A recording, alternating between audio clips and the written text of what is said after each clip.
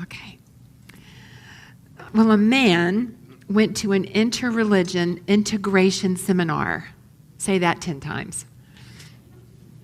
And the bishop came up to him, laid his hands on the man's hand and said, "By the will of Jesus Christ, you will walk today." And the man smiled and told the bishop he was not paralyzed. And so the rabbi came, laid his hands on the man's hand and said, "By the will of God Almighty, you will walk today." And the rabbi was unfazed when the man told him there was nothing wrong with him. And the mullah came, took the man's hands and said, "Insha'Allah, you will walk today." And the man politely told the mullah, "There's nothing wrong with me." And the Hindu sadhu came and said, "Son, you will walk on your legs today." And the man said, "Babaji, nothing is wrong with my legs." And the Buddhist monk came, held the man's hands and said, "By the will of the great Buddha, you will walk today." And the man had to tell him there was nothing wrong with him. And after the seminar, the man stepped outside and found his car had been stolen. He now believes in all religions.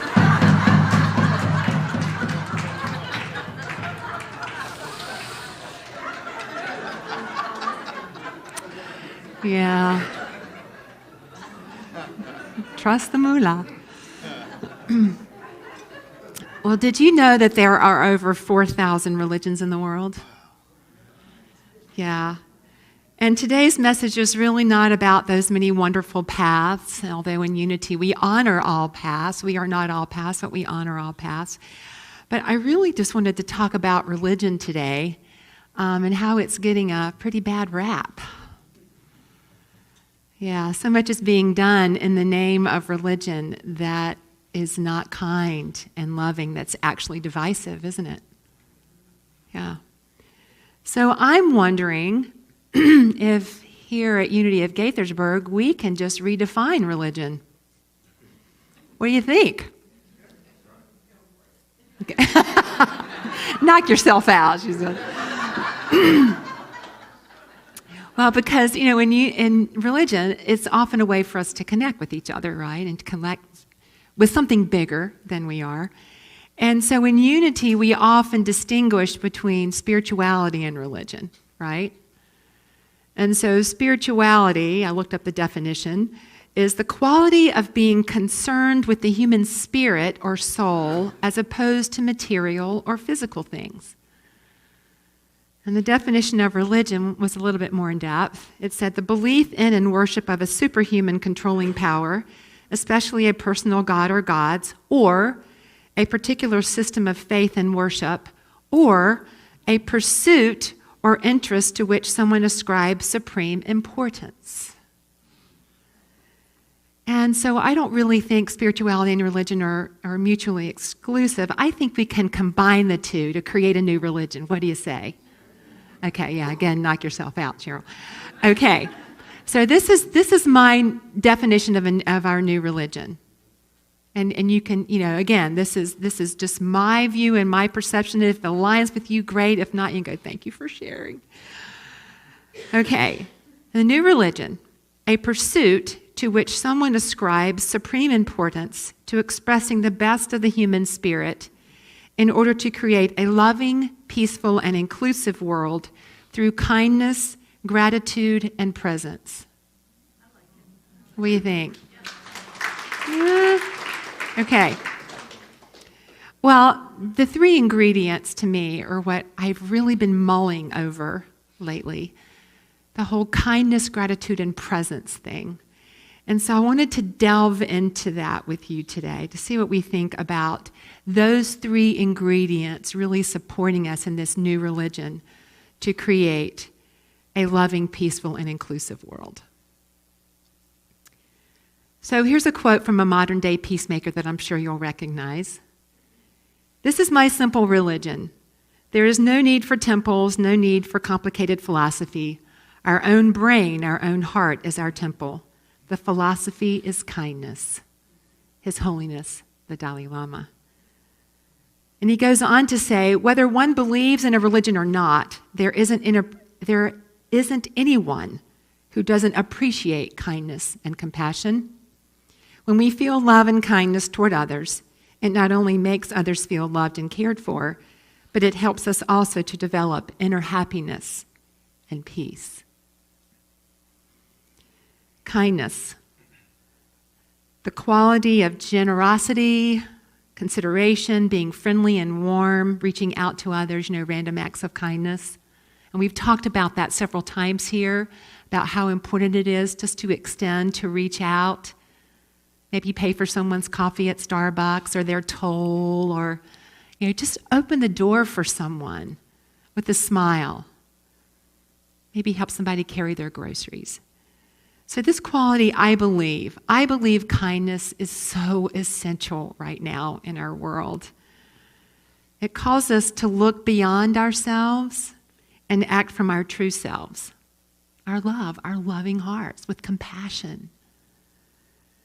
And I believe this is a muscle that we get to keep flexing, folks, regardless of what's happening out here. Regardless of what we perceive as selfishness or judgment, division, hurtfulness. And I think I've told you this story before, but I wanted to tell it again. And in India, there's a story about a kind, quiet man who would pray in the Ganges River every morning. And one day after praying, he saw a poisonous spider struggling in the water and cupped his hands to carry the spider to shore. And as he placed the spider on the ground, it stung him. And unknowingly, his prayers for the world diluted his poison. And the next day, the same thing happened. On the third day, the kind man was knee-deep in the river, and sure enough, there was the spider in the water struggling again. And as the man went to lift the creature yet again, the spider said, "Why do you keep lifting me? Can't you see I'm going to sting you every single time because that is what I do?" And the kind man cupped his hands around the spider, replying, "Because this is what I do." See, kindness helps others, but it also really helps the person extending it. Kindness really is a natural expression for us because our hearts are inherently love. It might not be normal, but it's natural. And I love that science has done some research on what supports us, that it actually supports us physically to be kind. Do you know that it produces less cortisol, the stress hormone, and we age more slowly? And those of us that have had momentous birthdays lately are really all over that. I'm going to go be kind today.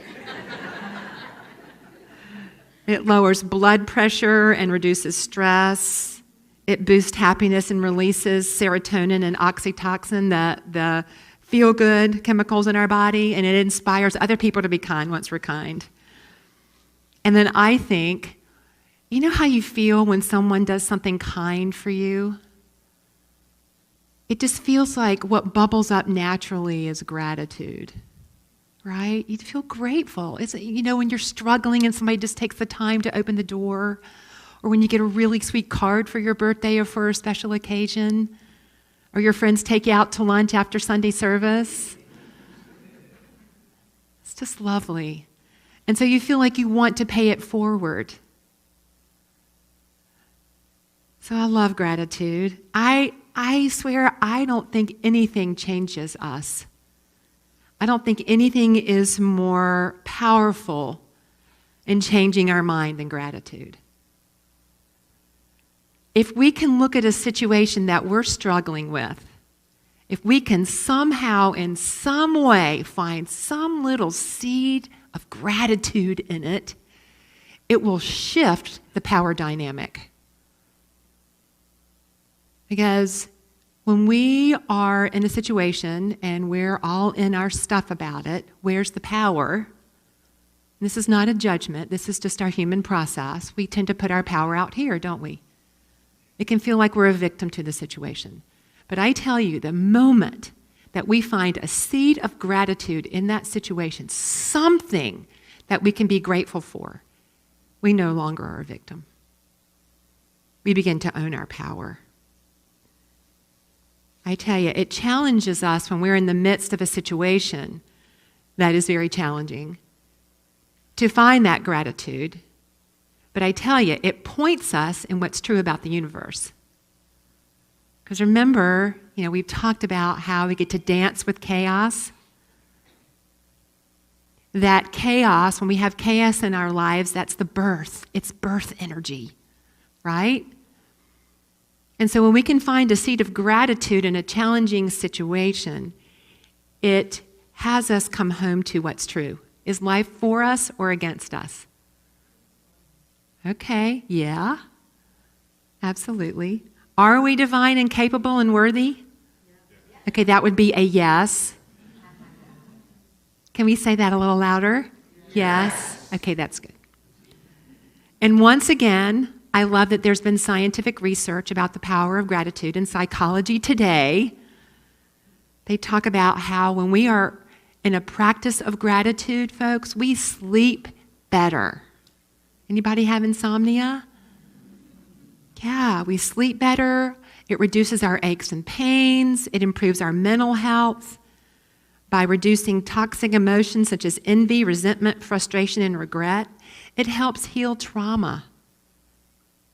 It fosters resilience. It reduces depression and improves self-esteem.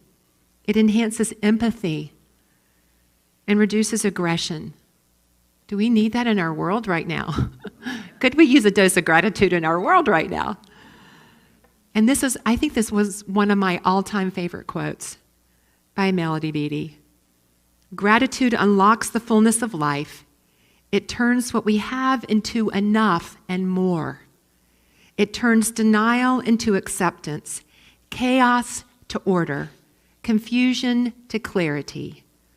It can turn a meal into a feast, a house into a home, a stranger into a friend. I love that. Now, I'll say yes to that religion. Okay, lastly, my last component of our new religion is presence. And I think there's twofold meaning to presence in this context, because it means actually allowing ourselves to be present, available to life. Folks, the world is calling us to show up. What is ours to do to support and serve the world in being a loving, peaceful, and inclusive place? I think our presence is really being called for right now. The world is waiting for us. What is ours to do to contribute and serve? And also, I think presence means present moment awareness. I think we are called to be present, to be awake, to be conscious. Because, folks, I don't know about you, when I am not present, I can be reactive and not be my true self. Can anybody else relate to that? Okay, good. Yeah, so the world is calling us to be present, to be mindful, to be awake, to be conscious, so we can choose to be rooted in a consciousness of gratitude and kindness, rooted in the consciousness of the truth of what we are as divine beings. You know, Eckhart Tolle, author of A New Earth and the Power of Now, said, "The quality of your consciousness at this moment is what shapes the future." The quality of your consciousness at this moment is what shapes the future. Folks, that's presence. How present are we to how we're showing up? And are we showing up in love, in kindness, in gratitude? So, okay, a new religion. I don't know about you. I'm going to try it on. I'm working on just trying to be as kind as I can. And please don't forget yourself in that equation. because I think we tend to be, we are all amazing people, and I think that in the world, if I saw you out in the world, I would see you are the people that return the carts at Target, so somebody doesn't run into them, or you're going to open the door, or you're going to help someone, you're short 10 cents, let me pay that for you. I just so hope that you extend that same kindness to yourself when you look in the mirror, when you make a mistake, when you're challenged. And also to be grateful. Oh, folks, if we just really can get out of whatever it is that is challenging us right now and see beyond it just a smidge. I love what the Daily Word talked about, listening to the birds sing. The seasons are about to change in a few weeks, and just watching that whole process in awe and wonder. Just being grateful for each breath. Yeah. And presence. And just being present.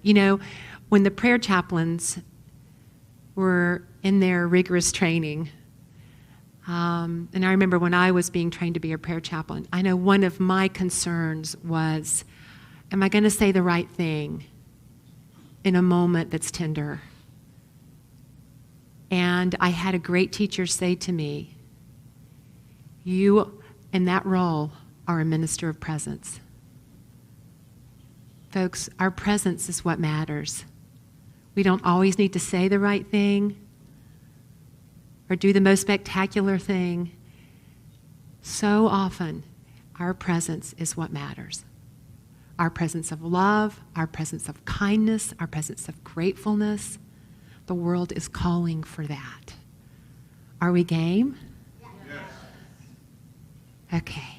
Thank you for sharing my new religion, or just listening. And if it's yours to do, to say yes, that would be great. And I just want to close with this quote from the Random Acts of Kindness website that said, imagine a world where people look out for each other, where we all pay it forward, where success is measured in selfless acts, where kindness and gratitude, I added gratitude, is the philosophy of life.